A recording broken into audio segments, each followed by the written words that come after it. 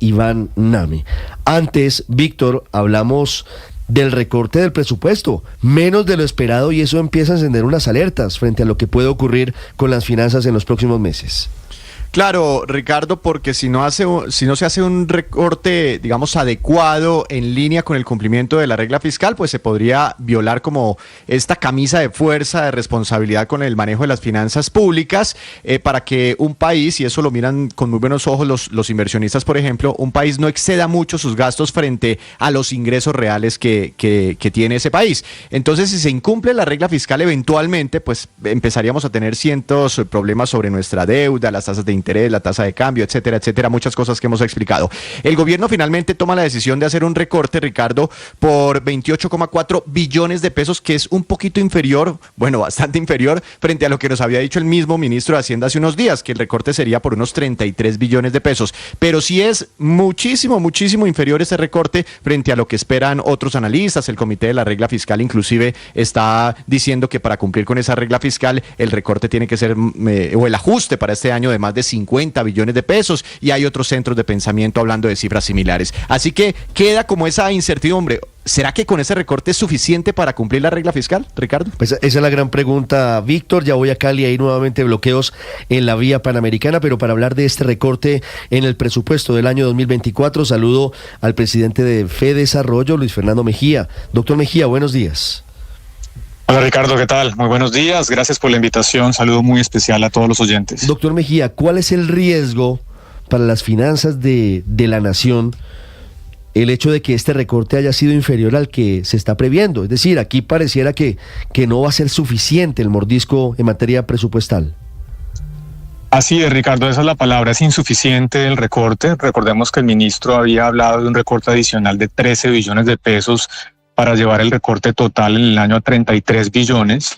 Seguramente la discusión en el Consejo de Ministros no logró generar ese consenso para recortar el presupuesto de los diferentes ministerios y llegó a 28.4 billones, es decir, casi 5 billones por debajo de lo que se había anunciado inicialmente, con riesgos adicionales. Cuando usted observa lo que ha venido pasando, por ejemplo, con el recaudo tributario, con corte al mes de septiembre, la meta no se ha cumplido, una caída de casi el 13% en términos reales, que equivale a un hueco en lo corrido del año adicional a lo que estamos hablando, cercano a los 9 billones de pesos.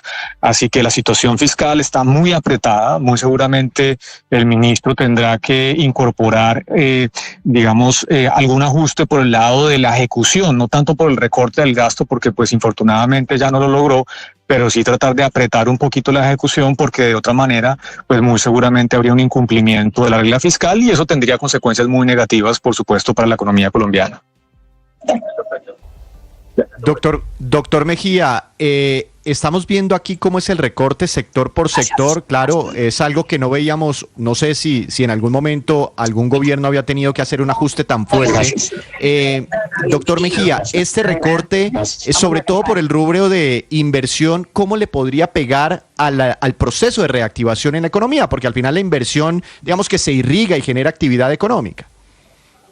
Pues Víctor, mire, yo creo que en el momento en el que estamos en términos de esta fragilidad fiscal, la preocupación no tanto debe estar por el lado de los impactos negativos de ese recorte en inversión que se estima alrededor de los 11 billones de pesos, sino más bien por los efectos negativos que se podrían generar de depreciación de la moneda, aumento en las tasas de interés, producto de un recorte que es insuficiente. Además, no hay que olvidar que uno de los retos más importantes que tiene hoy en día el gobierno nacional es una muy mala ejecución del presupuesto, porque cuando usted observa la ejecución, por ejemplo, con corte al mes de octubre, estamos hablando de una ejecución cercana al 44%, que es casi 10 puntos porcentuales por debajo de lo que es usual en los últimos 5 años.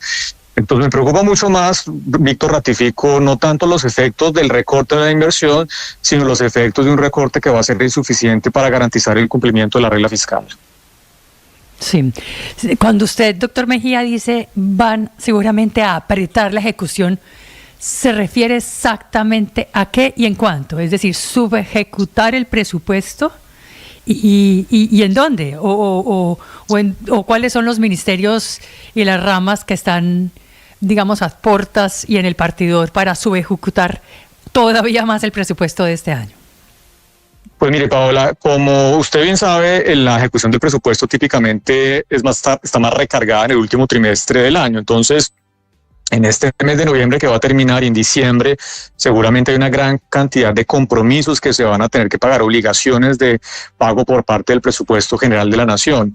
Ahí el Ministerio de Hacienda tiene algo de margen para tratar, digamos, de apretar un poquito ese ritmo de ejecución y, por ejemplo, dejar algunas cuentas por pagar para el próximo año, y tendrá que ser seguramente una estrategia relativamente generalizada. No veo otro camino, Paola, porque pues si no se hace una subejecución del presupuesto y el gobierno termina ejecutando todo el presupuesto, pues vamos a tener un faltante ratifico de más de 5 billones de pesos. Entonces, eso generaría un incumplimiento de la fiscal. Por eso creo yo que es la única salida que tendrá el ministro de Hacienda, tratar de apretar esa ejecución del gasto, básicamente a través del manejo de la caja que le entrega a los diferentes ministerios del orden nacional.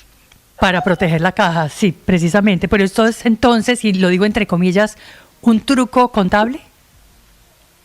No, simplemente que cuando usted no le gira los recursos a los ministerios, pues queda una cuenta por pagar que seguramente tendrá que irse pagando el próximo año. Ahora, tiene eso el problema y por eso la mejor solución es el recorte, que estamos hablando del 2024, pero el 2025 tiene unos retos monumentales. Nuestros cálculos indican que el tamaño del recorte necesario el próximo año también debe ser del orden de los 36 billones de pesos. Entonces, estamos en una situación fiscal muy frágil y por eso pues hay que hacer ese llamado para que el gobierno pueda hacer los recortes necesarios, evitar un incumplimiento de la regla fiscal.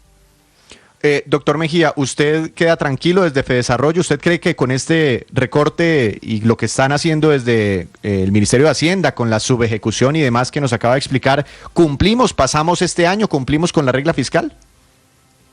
No, Víctor, yo no estoy tranquilo porque, pues primero, el tamaño del recorte no es lo suficientemente alto. Ratifico, de pronto el ministerio podrá hacer algo con la ejecución, pero queda esa incertidumbre si efectivamente va a tener la capacidad para, a través del manejo de la caja, poder evitar un incumplimiento de la ley fiscal. Y ratifico, no es solamente la discusión de este año, Víctor, el próximo año la situación fiscal está muy apretada.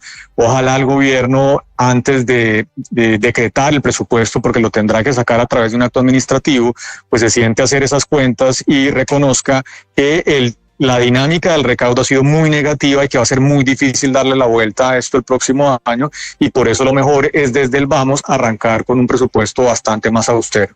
Doctor Mejía, quiero hacerle una última pregunta porque hay un factor clave en la difícil situación fiscal del país y es posible que el año entrante persista ese tema, ese faltante. El recaudo de impuesto de renta de personas naturales es un gigantesco descache de la DIAN. El antiguo director de la DIAN, hoy flamante ministro de Comercio, Luis Carlos Reyes, calculó mal con su equipo cuánto se iba a recaudar. Habían hecho cuentas alegres, habían dicho que iban a recaudar 11 billones de pesos de impuesto de renta de personas naturales. Solamente se van a recaudar 6 billones. ¿Esto cómo puede seguir poniendo en riesgo las finanzas del Estado a futuro?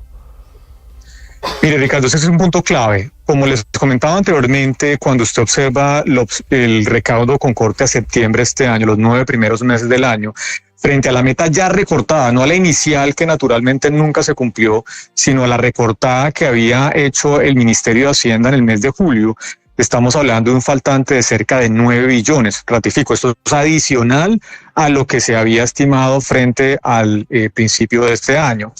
Entonces, ¿qué pasa? Ese faltante de 9 billones de pesos genera una base de recaudo adicional inferior el próximo año, que puede ser del orden de los 10 billones. ¿Por qué? Porque cuando todos los años se pronostica cuál va a ser el tamaño del recaudo, pues se toma como base lo realmente recaudado cada año. Entonces, el problema de este año se va además a ratificar el siguiente año otra vez en alrededor de 10 billones de pesos, y por eso estamos hablando de un faltante de casi 36.6 billones de pesos en el 2025. Así que la situación fiscal está muy dura, muy difícil, y en parte obviamente por el muy lento crecimiento de la economía colombiana. Si la economía no aumenta rápidamente ese crecimiento, llegar al 3,5%, 4%, pues va a ser difícil que se genere esa capacidad de aumentar el recaudo de impuestos en el país. Doctor Mejía, es una cadena, le agradezco mucho estos minutos. Con mucho gusto, Ricardo. Un saludo muy especial para todos. Gracias. 8:39, noticia en desarrollo urgente. De nuevo bloqueada la vía